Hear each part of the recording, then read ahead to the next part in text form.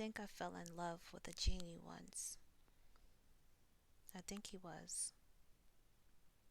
I mean, I would rather believe that. He never said wish. He asked me what I experienced in life that I never wanted to feel again. I said I'd never want to feel the same hurt I felt as last time. I said the next person I give my love to, my body to, his desire for me would have to be strong, genuine, undeniable. He said, that's easy enough. You're not asking for much. You never mentioned faithful or kind hearted, rich, monogamous. His love? I said, love? That's a given. His desire for me has to be strong and pleasant. I should be the only one. It's an implication of his love, an implication of love. He chuckled and kissed me gently on the forehead. You make a good point, but you make things so easy. How? I asked, allowing curiosity to get the best of me. What would be another thing you wouldn't want to feel again? He continued as he ignored my question. Inconsistency. That night he made love to me. He was gentle at first. He moved his tongue all over me, whispering sweet nothings until I was exhausted from the pleasure exalted from him. Spells he spoke to my body put me in a trance.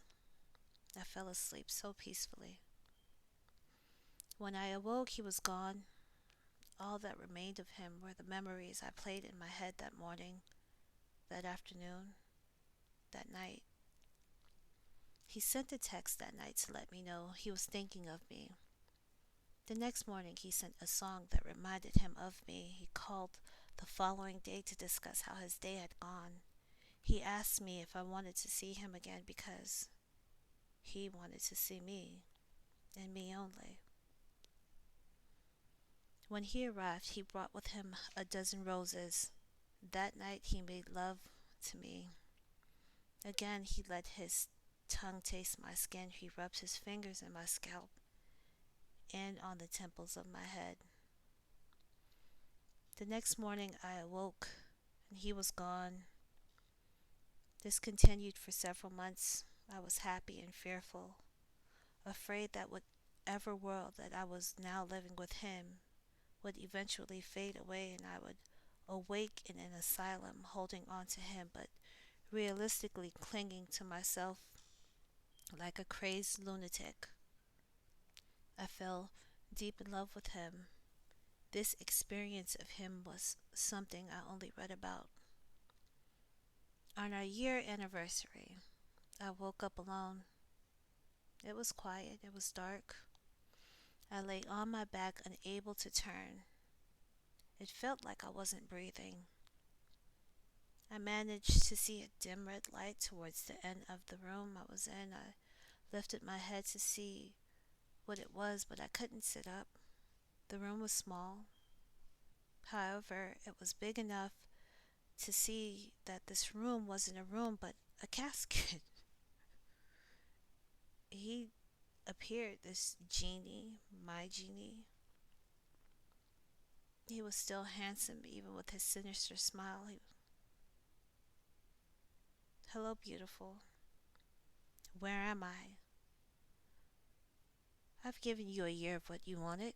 I've allowed you to experience heaven on earth.